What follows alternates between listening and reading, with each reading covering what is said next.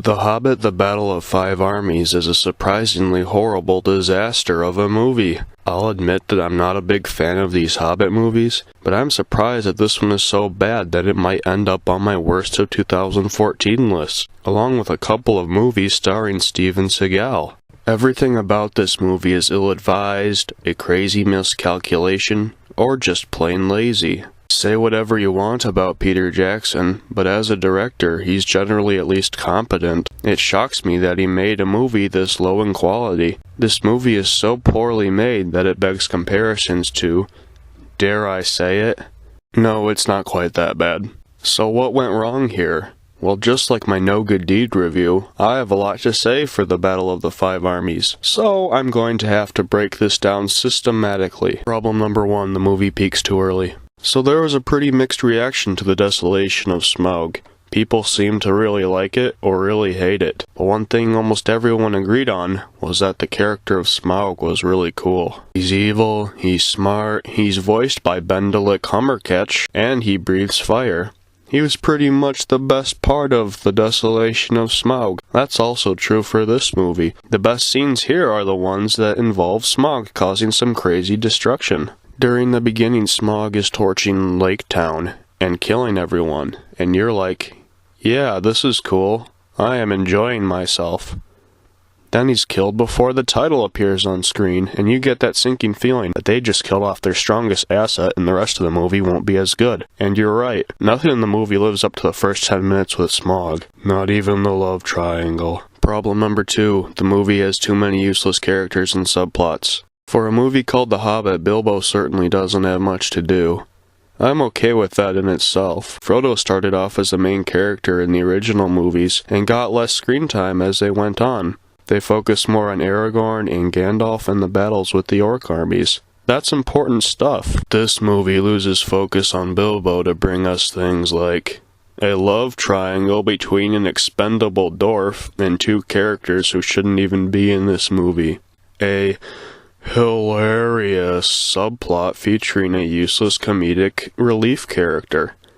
A fan service fight scene with Gandalf, Saruman, and Cate Blanchett against Sauron, which has nothing to do with the story at all. This guy, and Legolas jumping around and killing things. The subplots in the Lord of the Rings trilogy had purpose. Here they're just annoying distractions. Problem number 3, this movie feels like an extended climax of a movie rather than a full movie. I guess this is the problem you get when you split one story into 3 movies. The Battle of the Five Armies is essentially just one big battle wrapping up the other movies, and unable to stand on its own apart from them. I get that this is a series and that they all connect to form a bigger picture, but if you look at any good trilogy, all the installments can be watched as individual movies. They each tell their own individual story with a beginning, middle, and end.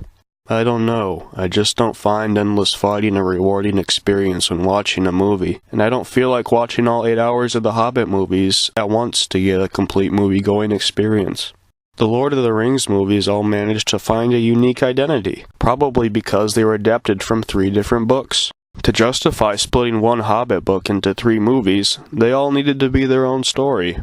Not the first act, second act, and third act of essentially the same story. The impact of the individual movies, this one especially, is severely diminished because of this. Problem number 4, slapstick action sequences. Remember the action sequence in the Desolation of Smaug in which the dwarves rode barrels down a river and the elves were jumping on their heads and you were like, when did this movie turn into a cartoon?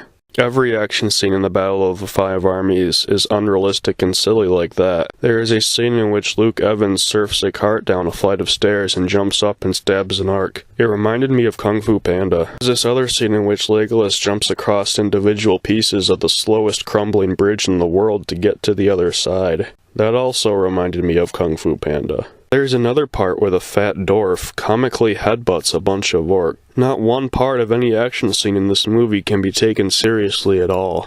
I know that the battles in the Lord of the Rings movies had their fair share of silly moments, mostly involving this guy. They found a much better balance of humor and tension. Even Kung Fu Panda knew when to ease up on the silliness and have a serious moment. And that movie was actually a comedy. Problem number 5, green screen. Green screen is the most awesome power this planet has ever seen, and Peter Jackson wields it like a kid who found his dad's gun.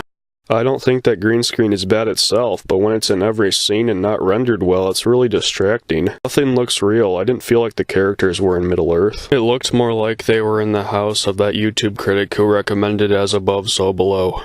How can I be immersed in this world when everything looks so fake? I'm starting to think I was too hard on Exodus last week. These movies are equally soulless special effects extravaganzas, but at least the green screen and CGI in Exodus looked passable. Problem number 6, the movie makes me want to watch Tremors instead. Have you seen Tremors? It's a very good Monster B movie. It's got some great characters, some funny dialogue, and some really great practical effects. Why do I bring this up? Well, during a battle sequence, the White Orc shows that he has these giant worm monsters that tunnel under the ground at his command. These things reminded me of the graboids from Tremors. I was bored at this point, but I suddenly became interested in the movie again. Are Bilbo and the dwarves gonna fight these things? That sounds great. They never show up again. And since they teased me with them, I wanted to leave the theater and go home and watch Tremors. Number 7, this movie is too long. You know what else is too long? This review. Overall, I give The Hobbit: The Battle of Five Armies a 3 out of 10.